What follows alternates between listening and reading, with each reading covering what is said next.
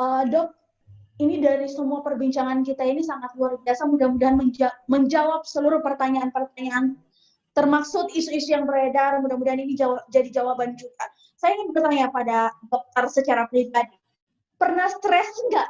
Istilahnya, selain sudah menghadapi pasien COVID-19, belum lagi memikirkan resiko tertular, kemudian ada banyak isu-isu yang beredar yang membenturkan masyarakat dengan nakes. Pernah merasa stres tidak terhadap pekerjaan dokter? Kalau saya ditanya itu, jujur saya enggak. Artinya gini, saya ke pasien itu itu adalah tanggung jawab, gitu ya. Kemudian masyarakat kemudian menghujat apa semua itu karena ketidaktahuan, ya. Kan? Kalau saya harus stres, walaupun saya tidak stres ya. Kalau saya harus istilahnya berkeluh kesah misalkan ya, itu harusnya ada satu komponen yang memang pengambil kebijakan itu yang harus lebih proaktif untuk memang mengedukasi masyarakat, kemudian memahamkan masyarakat bahwa ada protokol-protokol seperti itu. Jadi harus menempatkan kepentingan keselamatan masyarakat lebih banyak daripada pencitraan lah, atau daripada dan seterusnya gitu loh. Itu yang kalau kita semua bekerja sama seperti itu, ini cepat selesai. Tapi pernah terpikir tidak, Dok? Aduh, teman-teman sudah capek semua ini, terus ditimpa lagi dengan berbagai hal. Pernah merasa capek tidak, Dok? Saya? Ya. Enggak. Stres tidak, capek tidak. Dokter ini luar biasa, dokter Arif ini. Ngapain harus stres? Ya? Harus ngapain harus stres gitu loh? Artinya saya stres kalau pasienku nggak sembuh. Saya stres kalau pasienku beresiko dan kemudian misalkan harus mengalami hal yang kritis, ya kan? Saya sangat stres kalau orang-orang di sekitar saya terdampak, itu saya stres. Ya. Tapi kalau yang fitnah-fitnah itu enggak lah ya. Ayo kita diskusi aja gitu loh. Saya gitu aja. Lebih mengambil poin-poin positif mungkin ya. Mungkin dengan adanya masalah ini lebih memberi semangat lagi buat para nakes yang bertugas melawan atau menangani pasien virus corona. Iya, betul sekali. Dan masyarakat lebih bijak juga gitu ya. Bahwa tidak ada itu kita mau COVID-kan, tidak ada kita mau inikan ya. Memang akan lebih sulit ya.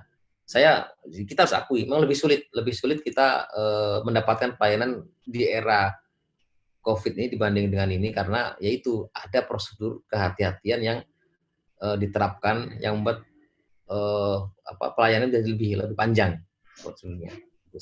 Ini obrolan kita terkait tantangan petugas medis dalam menangani virus corona sudah selama 1 jam. Kita mau ambil dulu cerita suka. Kalau tadi kan duka-dukanya semua yang dikeluarin, kita mau tahu nih rasa momen yang paling menyenangkan pada saat merawat pasien COVID, mungkin bisa diceritakan. Ya banyaklah ya pasien yang mengucapkan terima kasih, ya. Bukan sampai menangis apa semua itu istilahnya momen yang mengharukan dan sangat membahagiakan ya buat kita ya gitu loh. Ada yang lama kita rawat, aduh kenapa pusing terus, kemudian pas negatif, terus kemudian dia aduh dokter terima kasih, itu kena kesapa semua, kemudian itu momen yang buat kami itu sangat membahagiakan ya, karena melihat mereka, saya selalu bilang gitu ya, pada saat orang untuk menyemangati, mudah-mudahan ada pasien-pasien yang isolasi mandiri yang juga ikut mendengarkan ini, satu sabar gitu ya, memang nggak enak ya tinggal di dalam ruangan itu sendiri apa semua gitu, tapi ingatlah ya pada saat Anda mungkin sedang mengalami isolasi, ketika Anda sembuh maka Anda kembali ke keluarga.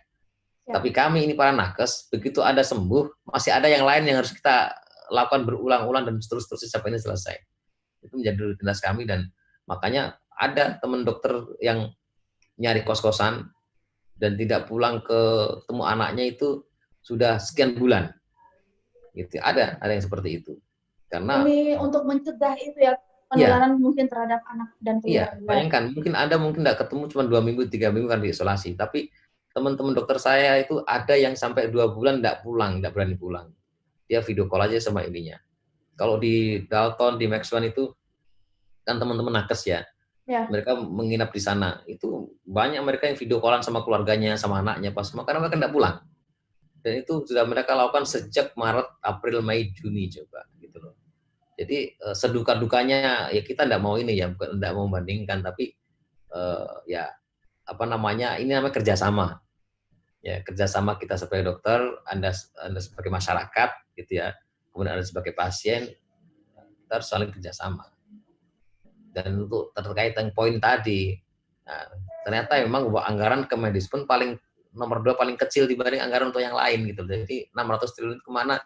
Ini that's good point gitu ya, disinggung itu. Ya, dan mungkin ini juga bisa mencerahkan atau memberikan informasi secara rinci lagi tentang, karena perbincangan kita selama 1 jam ini sudah melebar kemana-mana, mulai dari informasi tentang COVID-19, kemudian bagaimana teman-teman petugas medis yang saat ini sedang berjuang untuk menangani pasien-pasien COVID, dan sampai kepada status dari Dr. Arief sendiri nih, di Facebook juga kita sempat menyinggung. Itu semua adalah rangkaian tantangan yang memang bukan cuma petugas medis yang menghadapi, tapi masyarakat sendiri juga harus sama-sama berdiri, berdampingan, beriringan bersama petugas medis agar sama-sama menghadapi virus ini. Kita juga berharap pastinya agar virus ini cepat selesai, kita bisa kembali juga hidup normal, karena siapa yang ingin menghadapi kondisi seperti ini. Ya dok ya. Betul. Dan terima kasih banyak juga atas waktunya, dokter. Salam kami untuk para petugas medis yang saat ini sedang berjuang, tetap semangat. Oke. Jangan stres-stres menghadapi berbagai isu yang ada, tetap hadapi dengan, kalau di Tribun Timur itu tagline-nya riang gembira, bekerja dengan riang gembira. Mudah-mudahan teman-teman medis juga selalu riang gembira, walaupun diterpa dengan berbagai isu, ambil poin positifnya dok. Betul sekali. Ya. Terima kasih banyak atas waktunya dok. Terima kasih juga buat kalian yang telah menyaksikan tayangan ini, yang di Facebook juga, yang di YouTube juga. Terima kasih banyak. Senang sekali rasanya saya bisa berbagi bersama Dr. Arief Santoso. Dan sampai jumpa di ngobrol virtual berikutnya. Sampai jumpa juga Dr. Arief. Mudah-mudahan kita bisa bertatap muka secara langsung ya dok ya. Siap. Oke. Iya. Saya Desi Triana pamit undur diri, dan narasumber saya Arief Santoso, Dr. Arief Santoso. Sampai jumpa di ngobrol virtual ngopi berikutnya. Terima kasih.